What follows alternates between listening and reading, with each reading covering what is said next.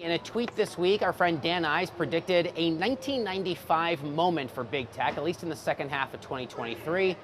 Chip and software stocks driving the tech sector up another 12 to 15%, at least from current gains. First of all, here, Sarge, do you agree? And if you do, how are you playing that?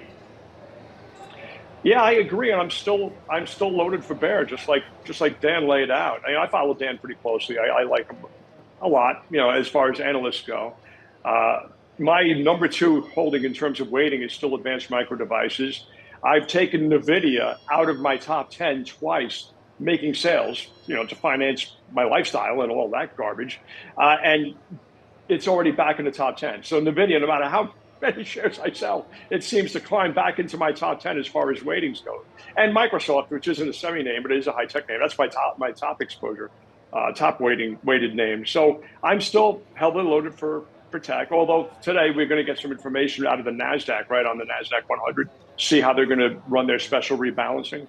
So that should have been a net negative for these Magnificent Seven or the big six out of the Magnificent Seven stocks. I'm not sure Meta is included in the rebalancing, but it really didn't. It hurt when a headline came out, but the rest of the week, these stocks resumed their leadership position. So I'd be a little careful going into this afternoon if you're an active trader in those names, because those names, when the headlines come out about what they're going to sell and what they're going to buy or what they're going to reduce and increase in terms of weighting, and the funds that track the Nasdaq 100 will have to react to that.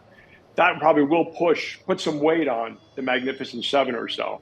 But other than that, I don't know why I don't know why you would want to cut back on investing in places where money has to go, and money has to go into the cloud data center. Money has to go into cybersecurity, and money has to go now. It has to go into generative artificial intelligence, because if you're not in it, you're going to be left behind. It's probably going to be an expense for a lot of firms that will pressure margin, not improve margin right away.